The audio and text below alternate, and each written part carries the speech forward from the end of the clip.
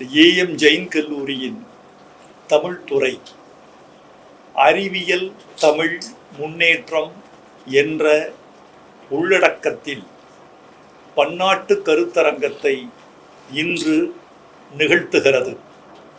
அதன் சொற்பொழிவாளனாக மலர் வெளியிடுகிறவனாக நான் இன்று கலந்து கொண்டேன். தமிழில் அறிவியல் குறித்து ஓர் ஆழ்ந்த உணர்வு, விழிப்புணர்வு மாணவர்கள் மத்தியில் இன்று ஏற்படுத்தப்பட்டிருக்கிறது. தமிழில் அறிவியல் இல்லாமல் இல்லை.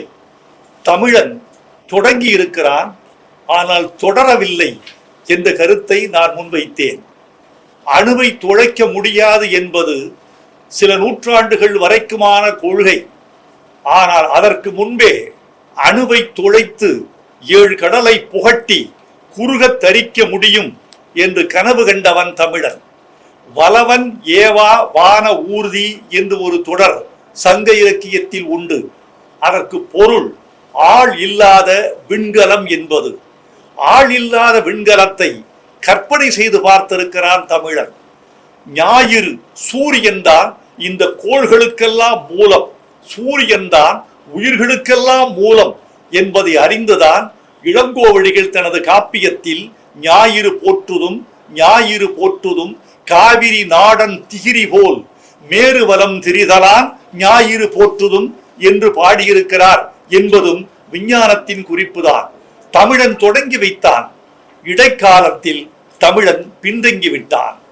பின்தங்கி விட்டானா, பின்தங்குமாறு ஆக்கப்பட்டானா என்பது தெரியாது. மத வழிப்பட்ட ஆதிக்கமும் அந்நியரும் ஆட்சியும் கல்வி மறுக்கப்பட்ட அடிமைத்தனமும் பலவேறு பண்பாடுகளின் படையெடுப்பும் தமிழர்களை பின்னுக்கு தள்ளிவிட்டன. இன்றைக்கு தமிழில் அறிவியல் கல்வி வேண்டும் என்ற கருத்தை முன்வைத்திருக்கிறோம். தமிழன் இதுவரைக்கும் என்ன செய்திருக்கிறார்? மேற்கு உலகம் பொருள் கண்டுபிடித்தது, தமிழன் அதற்கு சொல் கண்டுபிடித்தான் என்பதா நமக்கு பெருமை? எலக்ட்ரிசிட்டி அவன் கண்டுபிடித்தது, மின்சாரம் என்ற சொல் நாம் கண்டுபிடித்தது. ராக்கெட் அவன் கண்டுபிடித்தது, ஏவுகணை என்ற சொல் நாம் கண்டுபிடித்தது. செல்போன் அவன் கண்டுபிடித்தது, கைபேசி என்ற சொல் நாம் கண்டுபிடித்தது. டெலிவிஷன் அவன் கண்டுபிடித்தது, தொலைக்காட்சி நாம் கண்டுபிடித்தது. பொருளுக்கு சொல் கண்டுபிடிப்பவனாக இருக்காதே தமிழா.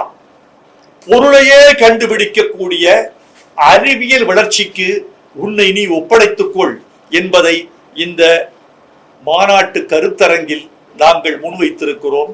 அதன் பயன் எதிர்காலத்தில் விளையும் என்ற நம்பிக்கை எங்களுக்கு இருக்கிறது.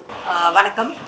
ஏஎம் ஜெயின் கல்லூரியிலிருந்து தமிழ் துறை முன்னெடுத்த இந்த கருத்தரங்கம், பன்னாட்டு கருத்தரங்கம் அப்படிங்கிறதுனுடைய ஒப்ஜெக்டிவ் ஃபோக்கஸ் தீம் வந்து இன்னைக்கு தமிழ் நிறைய பேர் விருப்பப்பட்டு படிக்கிறது இல்லை, ஆங்கிலத்தில் படிக்கிறத ஒரு பெருமையாக நினச்சி படிக்கிற காலகட்டத்தில் ஆங்கிலத்தில் படித்தா கூட அதில் இருக்கிற ஒரு சயின்ஸ், உண்மையான அந்த ரிசர்ச், இனோவேஷன், கிரியேட்டிவ் திங்கிங் இதெல்லாம் வந்து ஆங்கிலத்தில் படித்து அது மூலமாக ஒரு அறிவியல் ரிசர்ச், சயின்டிஃபிக் ரிசர்ச் அப்படிங்கிறது வந்து ரொம்ப பெருசாக கிரியேட்டிவ் திங்கிங் வர்றது இல்லை. அதுக்கு காரணம் ஒருவேளை நம்ம தாய்மொழியில இருந்து மறுபடியும் ஒரு டிரான்ஸ்லேட் ஆகி அதுக்கப்புறம் அது சயின்ஸில் அப்ளை பண்ணுறதுக்கான ஒரு திங்கிங் இல்லாததுனால அப்படிங்கிற ஒரு தீம் இருக்கிறதுனால இன்னைக்கு தமிழ் டிபார்ட்மெண்ட் வந்து தமிழ்லேயே ஒரு